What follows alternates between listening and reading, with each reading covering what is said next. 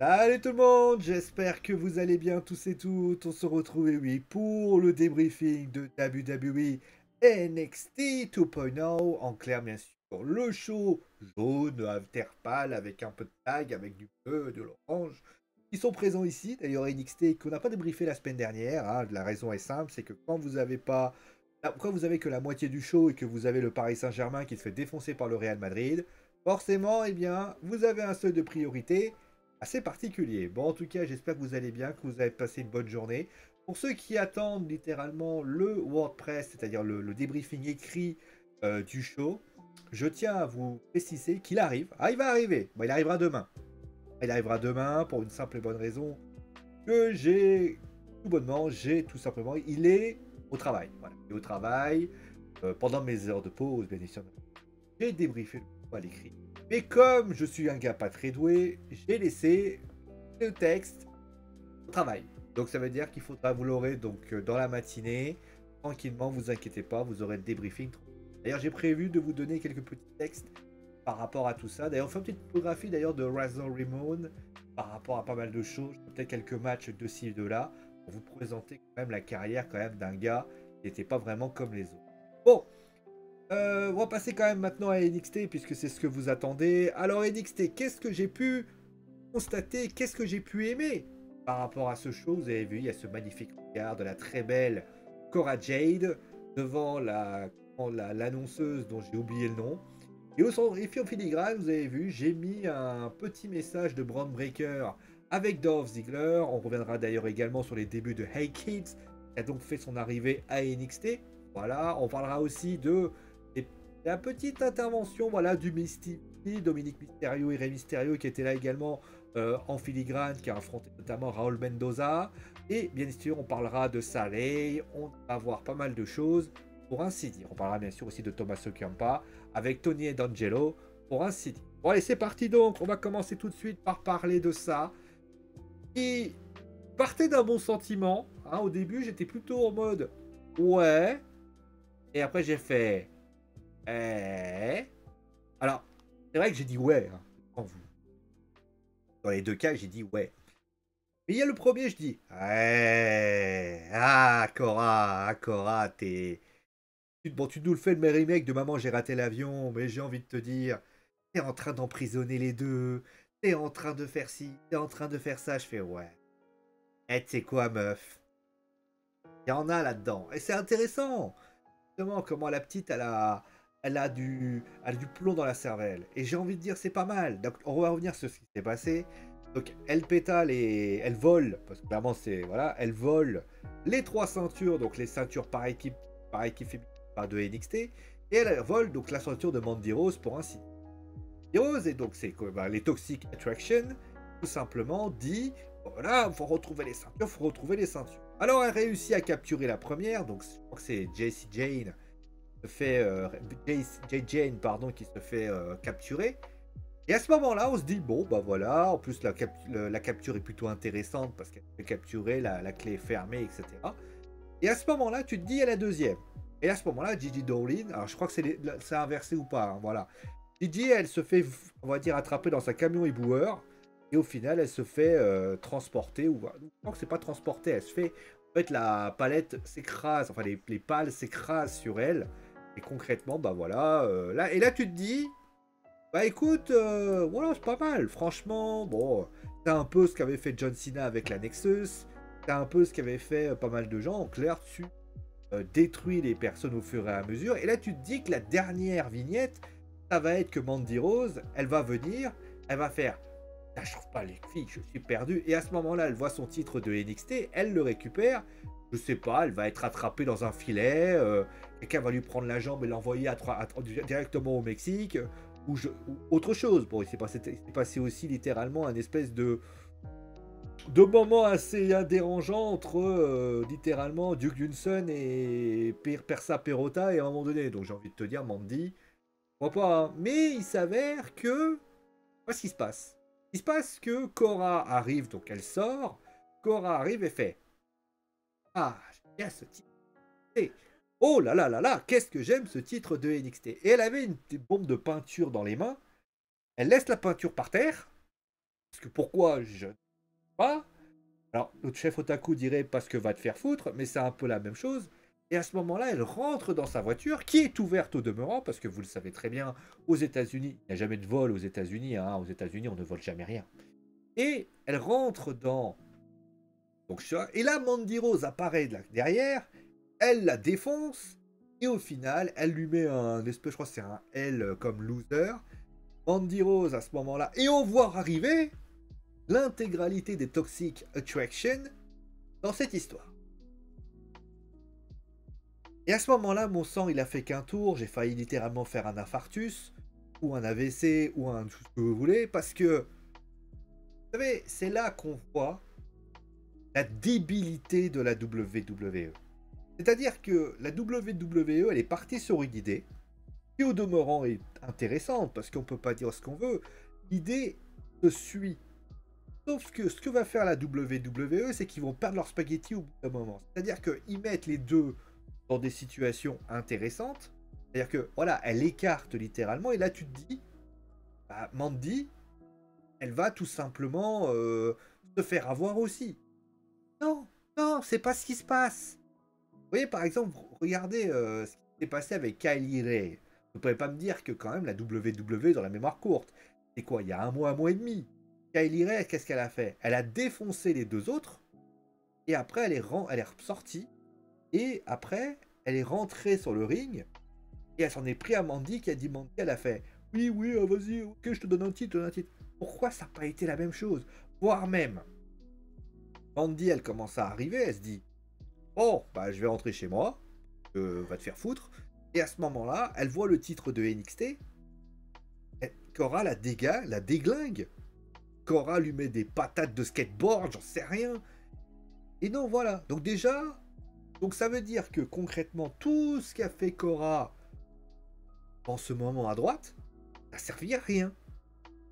C'est-à-dire que ce qu'a fait Cora à droite est tout bonnement inutile. Donc ça veut dire que moi je me pose une question, ça veut dire que tu as fait un fil rouge. Et les fils rouges, bon, soit tu en fais des trucs bien, comme LA Knight et Dolph Ziggler, même si on reviendra d'ailleurs sur Dolph Ziggler après. Mais après, concrètement, Mandy, donc elle s'en sort grandie. En plus, parlons-en de Mandy. Mandy, comment dire? Donc elle défonce Cora Jade, qui au demeurant, voilà, se prend une patate dans la gueule. Pourquoi pas? Mais alors, au moment où elle a parlé, j'ai commencé à lui dire. Alors, c'est pas sexiste, attention, parce que je sais que certains vont dire, oh là là, putain de merde, ça y est. Non. Cora, elle. Encore une fois, quand elle commence à parler, t'as envie de lui dire, pourquoi tu parles? Pourquoi? T'as pas besoin de parler. Ce que tu fais en la défonçant, tu lui fais comprendre. Voire même, moi, tu sais ce que j'aurais fait? Tu veux vraiment aller dans cette optique comme quoi Mandy fait passer une leçon à Cora? Ce que tu fais, c'est que tu te planques et tu prends une batte de baseball, par exemple, tu prends je sais pas quoi et tu la défonces. Voilà ce que ça aurait pu être. Et là, Mandy, elle n'a pas eu besoin de parler. Pourquoi tu l'as fait parler, Mandy? Mandy, quand elle parle, tu t'ennuies. Et aux dernières nouvelles, c'est quand même problématique. Donc, la réalité de l'histoire, si je peux me permettre, c'est qu'au final, Mandy, elle s'en sort grandie, dans une situation où ça aurait dû être Cora qui aurait dû être sortie grandie dans cette histoire, parce que je pense que le public voulait surtout voir Mandy passer pour une truffe, et au final, bah, c'est pas ce qui s'est passé, et c'est bien malheureux. Voilà. Donc au final, le segment est à chier, et donc voilà pour un... Bon, passe à la suite, avec donc le segment avec le Mystique. Alors on va juste revenir notamment, juste rapidement, sur le règne de Dolph Ziggler. Je ferai peut-être une vidéo spécifique. Je vais parler principalement de ce que fait NXT en ce moment. Est-ce une bonne chose? Est-ce qu'une mauvaise chose? Tout ce que je peux dire pour le moment, c'est que NXT est en train de se perdre totalement leur nature en tant que telle, parce que NXT était supposé mettre en avant des superstars relativement jeunes et de les faire développer au fur et à mesure. Cet objectif n'est pour le moment aucunement respecté, parce que dans l'histoire de la WWE, nous avions...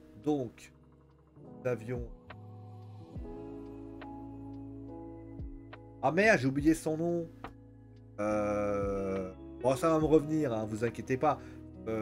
Ça va me revenir. Bon, si ça ne me revient pas, vous saurez dans les commentaires. N'hésitez pas, bien sûr, à me dire de qui je parle. Mais nous avons, eh bien, notre cher Dolph Ziggler qui est désormais champion.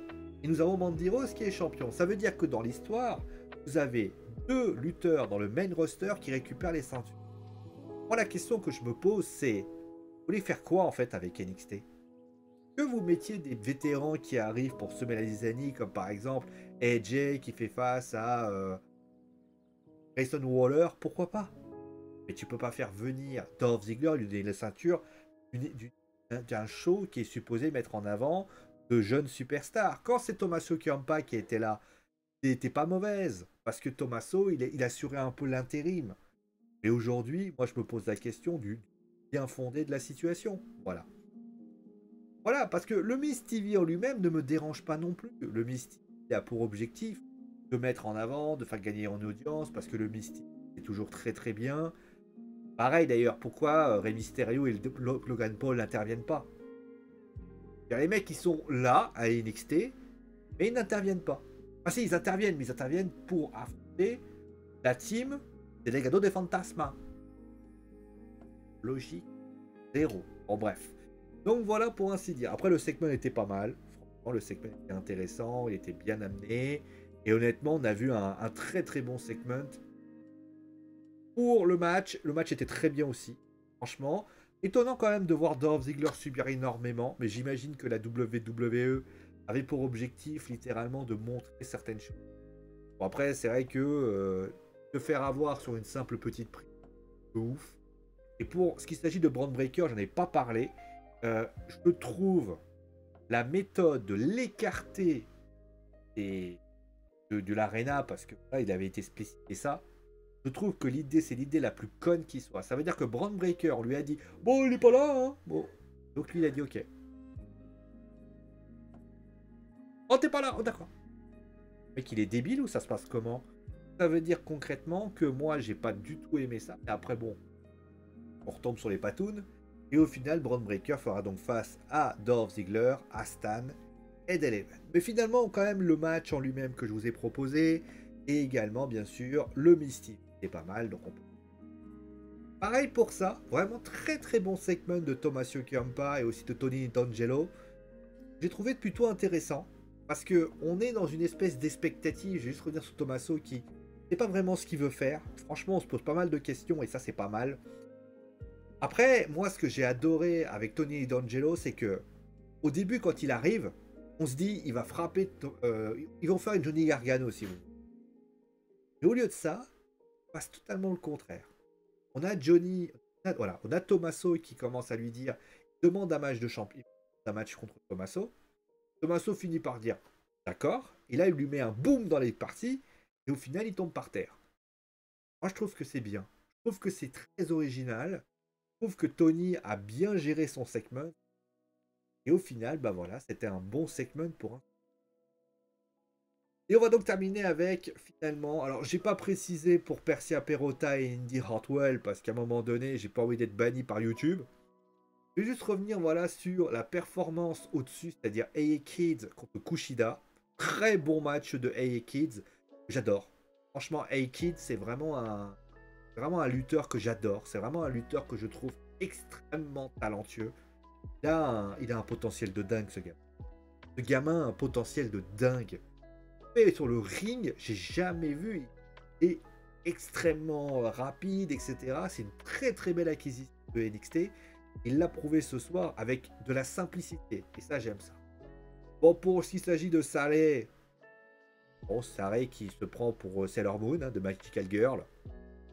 Ouais, bah, et que vous voulez que je vous dise de plus? Alors, bravo quand même à Tiffany Stratton qui a quand même sorti de prise pas mal, franchement. La stupide, la vrillée qui, avec un moonsault de vrillée qui est quand même pas si mal que ça. Et franchement, c'était plutôt bien fait. Après, le match en lui-même était pas ouf. Moi, j'attends de voir quand même parce que faut quand même. Moi, je m'attendais réellement à ce qu'à un moment donné, ça allait se mettre à changer. Alors, vous allez me dire, ouais, mais comment elle aurait fait? Alors, elle a une jupe. Alors, vous allez me dire, oui, mais elle avait un short. Elle a une jupe. Elle a une veste. Et elle a peut-être une chemise en dessous. Superman, il fait comment pour changer? Hein, à un moment donné, bah, ce qui se passe, c'est qu'elle donne un coup, elle tombe. Le caméraman, au lieu de filmer Saleh, se plante vers Tiffany. Et à ce moment-là, elle se relève, hop, pouf, voilà. Et il faut juste être logique. Il faut juste avoir ce qu'on appelle un cerveau à un moment donné. Et pour ce qui s'agit de Dominique qui a affronté, donc qui a battu Raúl Mendoza. Ah oui, j'ai pas parlé notamment de ça. Ah ben Carmelo Hayes, voilà. Parce que voilà, il a affronté Santo Escobar, donc s'est qualifié face à Cameron Grimes. J'ai pas trop parlé, oui, j'ai oublié d'en parler, je m'en excuse d'avance. D'ailleurs. Très bon match d'ailleurs entre Santo Escobar et Cameron Grimes. Cameron Grimes d'ailleurs qui a eu des paroles assez particulières, on va voir comment les choses se passent. Mais honnêtement, franchement, c'était un bon match et tout. Et pour ce qui s'agit notamment de Dominique, je le trouve beaucoup plus dans son élément à NXT. Je trouve, alors, certes, en micro, il a été aussi bon que Ronda Rousey. Ça veut dire qu'il a été complètement nul, hein, pour ceux qui ont compris. Donc, techniquement, le segment qu'il a fait en coulisses, j'ai eu l'impression qu'il ne savait pas ce qu'il voulait. J'ai eu l'impression qu'il était perdu, le gamin. Et ça, c'est vrai qu'il a récité son texte à la Ronda Rousey. C'est quand même bien malheureux. Maintenant, le match était pas mal en soi. Raúl Mendoza, Dominique, c'était pas mal.